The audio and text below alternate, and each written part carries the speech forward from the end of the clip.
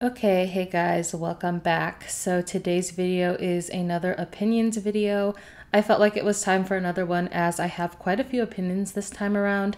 Some of these opinions revolve around things I've previously discussed in different videos, but I have new takes and opinions I have yet to voice on those topics. So we're not going to spend a lot of time on disclaimers. You already know the drill. Number one, this is not an unpopular opinions video. I'm aware some of these opinions may be popular while some may not. These are just opinions I have and wanted to voice. The point isn't to be inherently controversial. Number two, I do not care if you disagree with me, just don't get all pissy in my comment section. I promise you will get over it if you disagree with me. I'm not reading your paragraph about why I'm wrong in the comment section. So, disclaimer's done, but before we get into this video, let me tell you about this video's sponsor, Kpop. Kpop is a subscription service box filled with merchandise from your favorite K-pop groups such as clothing, posters and photo cards, stationery, plushies, Korean snacks, and more. Kpop has a variety of boxes you can choose from, customized to each specific group.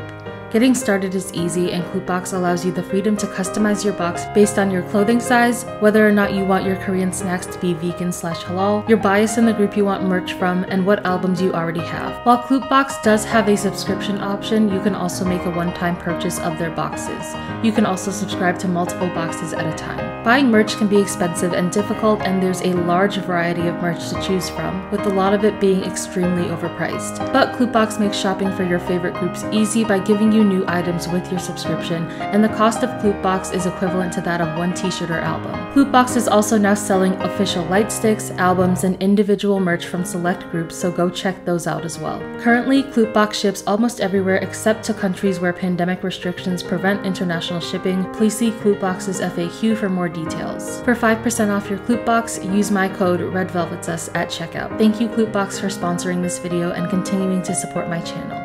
First opinion is, loona have a huge disparity in popularity and it's BBC's fault. I mentioned that I would bring this up in my last video, so here it is.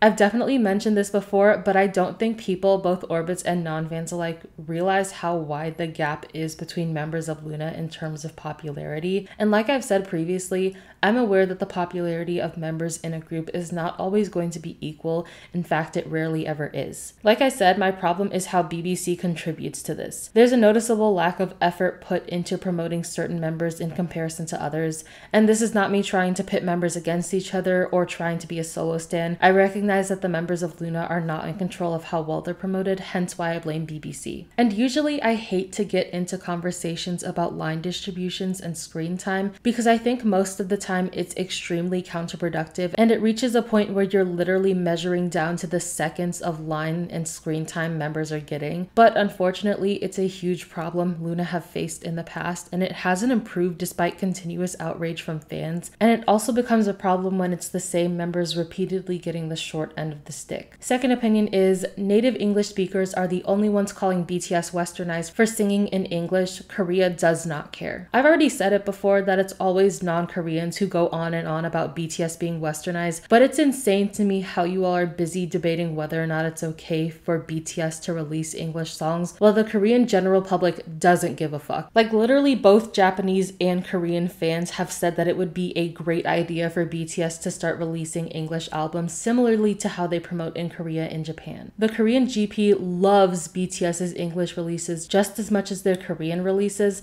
and the only ones making an issue about the language they sing in and whether or not they're seeking Western validation are Western stans, which more than anything shows that y'all just say shit to say shit. Korean people do not have an issue or look at BTS as desperate or sellouts for singing in English, so why do you all? Next opinion is, enhypens need to start being meaner to solo stans. Now, I never liked solo stans, and I've said for a long time that sunoo solo stans in particular are out of control.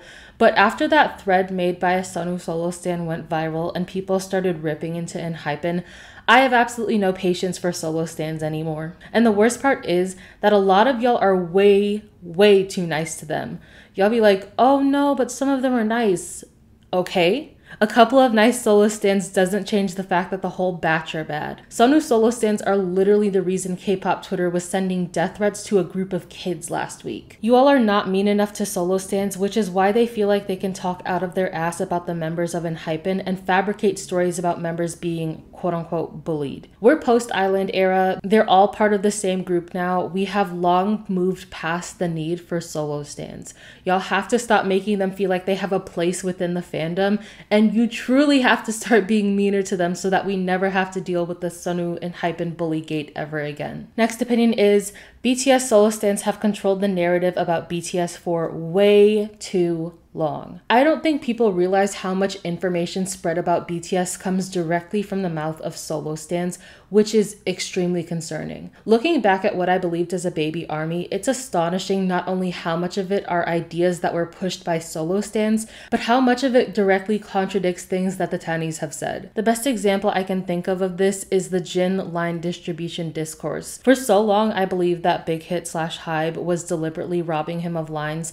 Come to find out an embarrassingly long time later that the boys themselves have said numerous times that they decide the line distributions based on whose voice fits what part. I also believe that Jimin was chronically insecure, Yoongi was being deliberately stunted by the company in terms of his producing, and so on and so forth. And it's not like I ever deliberately sought out solo stan accounts. I was OT7 from the beginning, but I don't think people realize how deeply ingrained solo stan propaganda is amongst the fandom, and how surprisingly easy it is to get sucked into those narratives, especially as a baby army who doesn't know any better and who's just trying to learn about a group you're interested in. And honestly, I blame a lot of big army accounts across social media who portray this stuff as truth, because of course a new fan looking for BTS funny moment compilations is going to believe this stuff without questioning it. It's the same thing I said with NJeans in regard to their solo stans. Y'all have to start being meaner to solo stans and quickly correcting people who try to spread rumors made up by them. The lack of maintenance of solo stans amongst armies is why Jin and Jimin solo stans felt empowered enough to send those stupid fucking trucks to Hybe. Don't wait.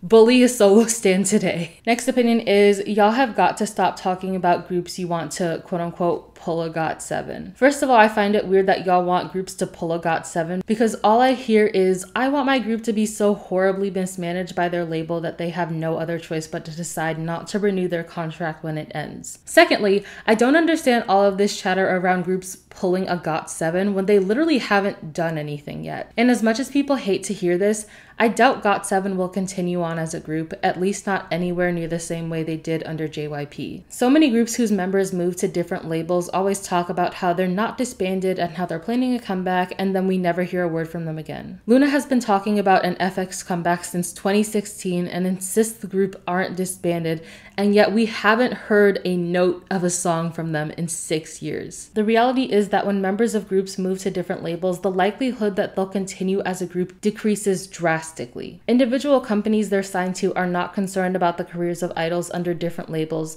Their priority is the idol they've signed to their label, which means solo promotions will always take priority. And for that reason, it's a lot more difficult to align their schedules because they're all under different companies who likely aren't keeping each other updated or putting that much effort into allotting time for a group comeback. I hate to be negative, but y'all are raving about how other groups should do what GOT7 did when we have yet to see any real activities from them as a group after they left JYP. Next opinion is Hybe acquiring groups is not the quote-unquote monopoly you all are making it out to be, and Hybe is not the one mistreating your groups. First of all, Hybe has only 4 companies acquired. One, Bailiff Labs, they helped form, while Source Music and Big Hit have collaborated numerous times in the past, with 2 of the members of G-Friend even moving from Big Hit to Source Music, so it's not at all surprising that Big Hit / Hybe ended up acquiring them. Secondly, a lot of you do not understand what a monopoly is.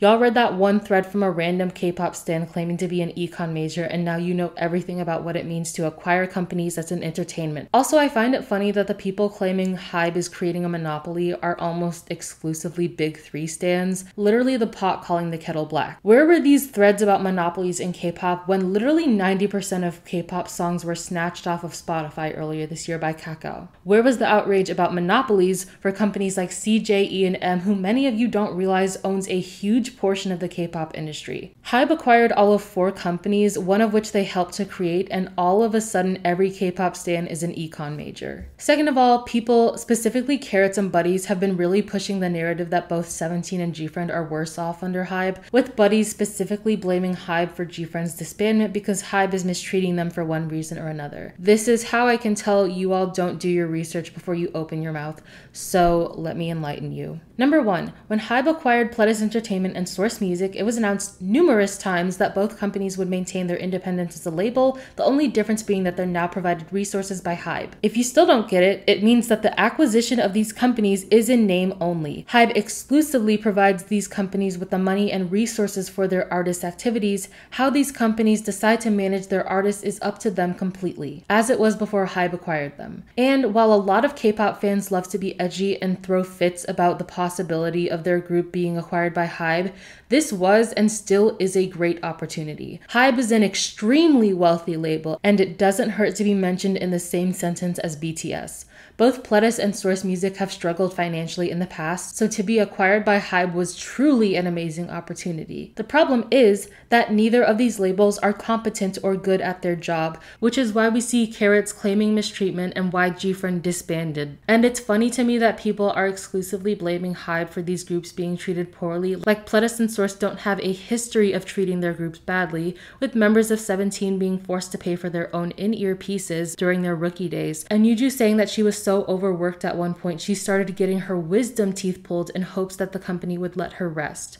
Both incidents happened long before HYBE came into the picture. These companies are both just bad at their jobs, which is likely why none of the members of GFriend chose to resign and why their disbandment was so rushed.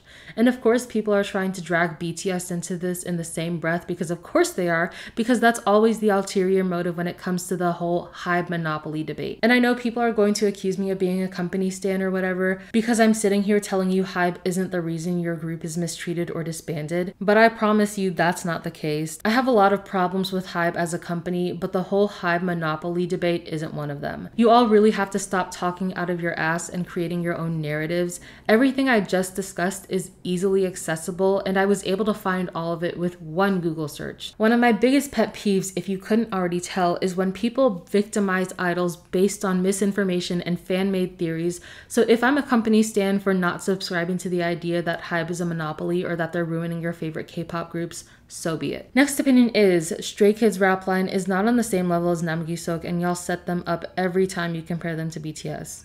I really do hate when y'all make me get on here and tell you that no, your fave is not seeing Namjoon in terms of rapping. No one in K-pop is. Like I said, I don't know why stays continue to set them up like that, because no one outside of your fandom thinks that Stray Kids has the best rap line in K-pop. That's not to say they're horrible rappers, like a couple of them can do a little something, but why you all insist on comparing them to BTS, I'll never understand. The setup of the century, actually. Next opinion is, y'all take too much pride in the fact that you don't like BTS's current music. Them ex-army therapy groups got y'all in a chokehold. Like, y'all take way too much pride in the fact that you don't like BTS's music. Like, y'all really be like, hey, I don't like BTS's new music. Hello? I don't like BTS's new music. Hello? I don't know if you heard me the first time, but I don't like BTS's music. Hello? Like, oh my god, motherfucker, we do not care. I get comments from people all the time about how they don't like BTS's current discography under completely unrelated shit. The conversation could be about twice, and here go the ex-armies talking about how y'all don't like their new music. And it's always followed up with the, OMG, don't jump me, don't attack me. Huh? For as much as y'all claim armies have main character syndrome, whatever the fuck that is, y'all convinced yourselves that we care more about your opinions than we actually do. 95% of the time y'all get jumped for saying you don't like BTS's new music is because you repeat it like a mantra. We do not care that you don't like BTS's new music, but apparently you care a lot about making sure that everybody knows that you're different. Like, I never seen a group of people talk as much about a group whose music they don't like than ex-armies. If you don't like their music, then stop tuning in every single comeback and stop bothering the rest of us by reiterating how much you don't like their current sound. Next opinion is, black K-pop stans need to stop competing against one another. Okay, if you're not black, you can honestly skip past this one because I've got nothing for you in this section and this is for black people only. But black K-pop stans, we have got to stop getting into pissing competitions against each other about who's the better black person based on who we stan. Like, I'm tired of seeing y'all get on other black K-pop stans for standing problematic idols while simultaneously standing problematic idols yourself, and then getting into fights about who's the better Negro based on who you stan. And I see this happening a lot between black armies and other black K-pop stans, with the non-armies getting on their soapbox about why they're less of a coon for not standing BTS. I've talked in length about my opinions on BTS's path and their growth from that, so I won't go into it again. But what some of you are not realizing is that no matter who you stan in K-pop, you're supporting an industry that doesn't like black people. people. It doesn't matter if your fave only did dreads once, or that your fave only said the N-word once, or if they didn't do anything at all. The K-pop industry is anti-black, just like literally every other industry on earth. And y'all are fighting amongst yourselves about who's really making their ancestors proud, not realizing how unproductive that is. Y'all should not be getting on other black people for who they stand. It's not only pointless, but you should be directing this energy towards the industry itself. You all go in harder on other black people for standing problematic idols than you go in on idols for being problematic. And the last opinion is, JYP needs to stop leaving Leah to fend for herself during ITZY's comebacks. Ever since ITZY debuted, a lot of people have said, more rudely than I will, that Leah doesn't really fit ITZY's concept and that she stands out as her presence can feel a little awkward during performances. I agree with this to a certain extent. I don't necessarily think that Leah doesn't fit their concept. It's more that JYP does not utilize her skills properly and focuses more heavily on the strengths of the other 4 members, leaving Leah looking out of place. Leah is clearly better at singing than anything else, and she's the only member of ITZY not a part of the dance line, yet most of ITZY's music, especially their title tracks,